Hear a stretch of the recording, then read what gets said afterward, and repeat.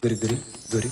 Goody got it. Goody got it. Sam, goody got it. Sam, goody got it. When people talk about the 1970s, they often describe it as a freer time. More natural, less controlled. Hair was effortless. Beauty routines were simple. Teens just hung out at the mall. Dating was innocent. Ads were just ads.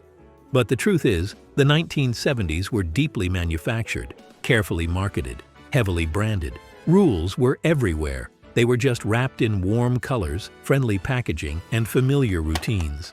Tonight, we're taking a Mythbuster look at the 1970s through the products people trusted without question. Number 1. Natural hair was a myth. Hats off to New Breck for giving me clean body. Hats off to Breck because clean body really lasts. Hats off to New Breck shampoo with an improved, thicker formula. It gives hair clean body. What people think, hair was effortless and free. What it really was, chemically managed.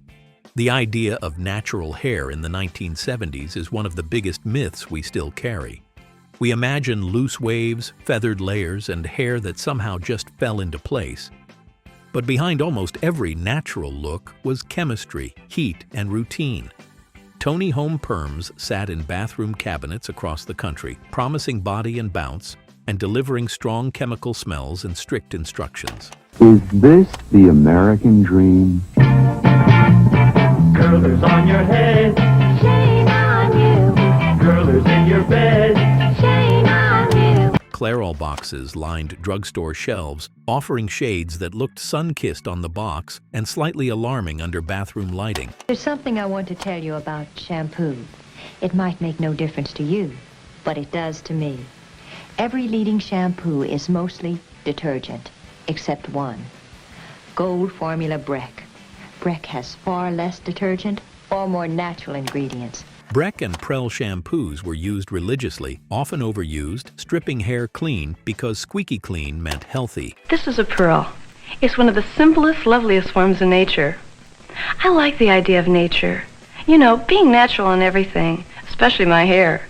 So I use liquid Prell. Hot rollers came out nightly, perm rods were slept in, bonnet dryers hummed in kitchens and bedrooms while homework was done underneath them.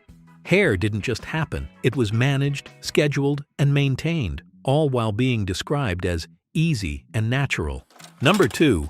Perfume was personality.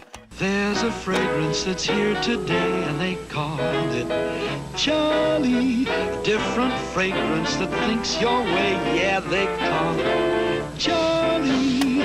What people think, just something you wore. What it really was, social identity. Perfume in the 1970s wasn't an accessory. It was a statement. Your scent said something about who you were trying to be. Avon fragrances like Sweet Honesty, Occur, and Soft Musk weren't chosen casually. Sweet Honesty meant innocent, approachable, youthful. Occur meant bold, modern, confident. Soft Musk whispered intimacy. Charlie said independence. There's a fragrance that's new today and they call it Charlie. A whole new fragrance that thinks your way, yeah, they call it Charlie. Love's Baby Soft suggested softness and youth. There's one person nobody can resist, and that's a baby. So love made Baby Soft, with the innocent scent of a cuddly, clean baby. Jovan Musk carried a sense of adulthood and sexuality that felt daring at the time. Now that you have acquired the power, my son, you must swear to me by the sacred sword of Jovan that you will use the power only for good, never for evil. These weren't just smells. They were social signals. Girls didn't just wear perfume, they identified with it. And once you chose one, it followed you everywhere, on scarves, coats, school hallways, and memory itself. Number 3. Mall culture program teen life. Goody, goody, goody. Goody got it. Goody got it. Sam, goody got it. Sam, goody got it. Sam, goody. Sam, goody got it. We've got it. What people think, harmless hanging out. What it really was, identity training. The mall wasn't just where teens went, it was where they were shaped. Orange Julius wasn't just a drink stop, it was a meeting place. Spencer Gifts pushed boundaries under fluorescent lights. Sam Goody and Musicland told you who you were based on the album you held.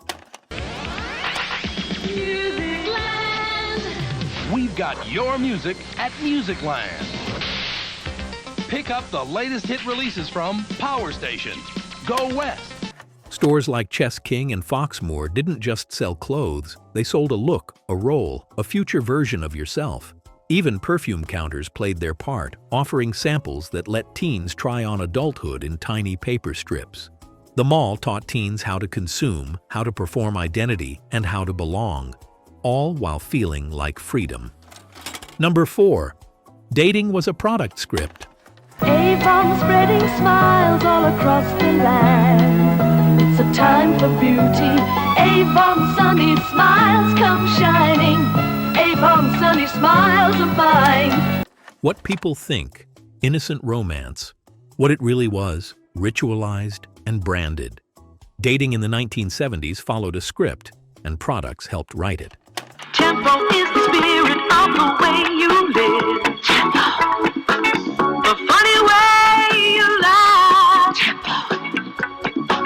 The special kind of love you give. Avon introduces Tempo, a joyful new fragrance. Avon colognes and Love's fragrances were chosen carefully. Hallmark cards said the words people didn't know how to say. I thought of you today. Isn't that about the nicest thing you can say to a friend? I thought of you today. How many friends did you think of today? Let them know it with a Hallmark card. Corsages were expected. Photo booths documented proof that the moment happened. Every step had a product attached to it. The right scent, the right card, the right presentation. Valentine's Day.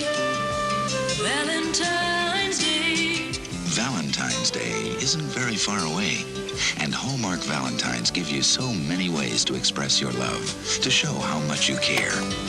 Romance wasn't spontaneous. It was staged, guided, and gently enforced by social expectation. Number 5. Beauty hurt, and that was normal. Don't hide it. Flash 'em your copper tone tan. Flash 'em the dark tan. Flash 'em the fast tan. What people think, lighter routines. What it really was, pain as proof. Beauty wasn't supposed to be comfortable. People say I got my good skin from my mother.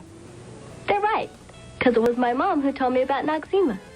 Good skin starts young, so I wash twice a day with greaseless medicated Noxzema skin cream. Hot irons burned fingers. Curling wands left marks. Tweezers overworked eyebrows into thin lines. Sun lamps promised glow but delivered damage. Tanning oils were slathered on without hesitation. If it hurt, it meant it was working. In Saint-Tropez, almost all they wear is the deep, dark color of Bain de soleil for the Saint-Tropez day. Bain de Soleil, Protection de. Discomfort was normalized, even expected. Beauty required endurance, and no one questioned that logic. If these deep dive nostalgia stories feel like home to you, make sure you're subscribed here on YouTube. And if you're on Facebook, come join our growing nostalgia community there. It's full of shared memories, familiar stories, and people who remember exactly how all of this felt. Number 6. School was more controlled than we admit. What people think, relaxed rules. What it really was, constant regulation. Schools in the 1970s felt looser, but they were tightly structured. Dress codes dictated skirt lengths and shirt styles. Gym uniforms erased individuality. Detention slips carried authority. Control wasn't always loud. It was procedural, quiet, paper-based, and constant. Number 7. Fashion trends were ruthless. In fashion, the news is the shirt dress. And that's the news at Sears.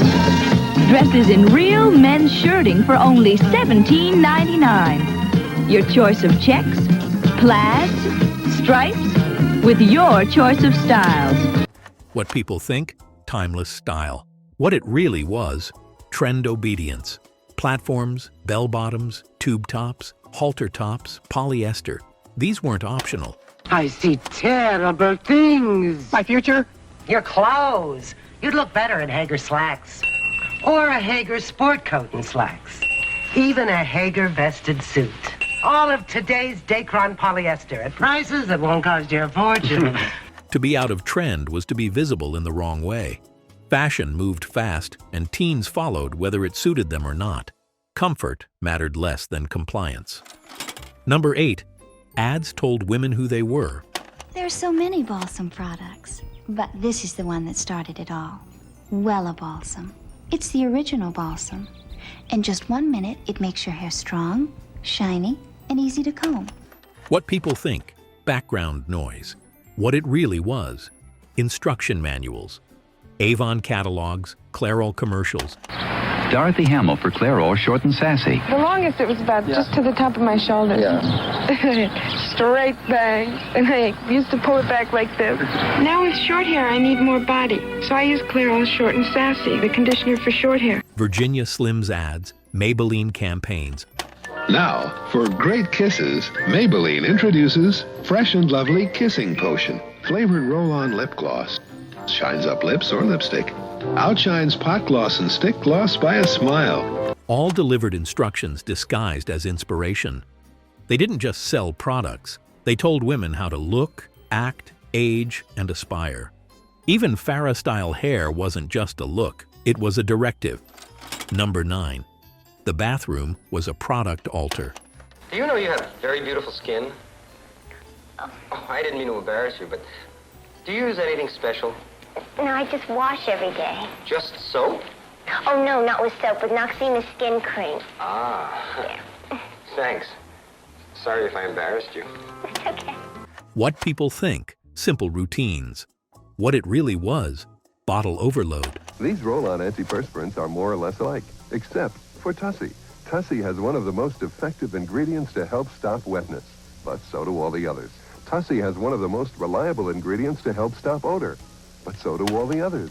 Bathrooms were crowded with Noxzema jars, Sea Breeze bottles, Tussie deodorant, and more.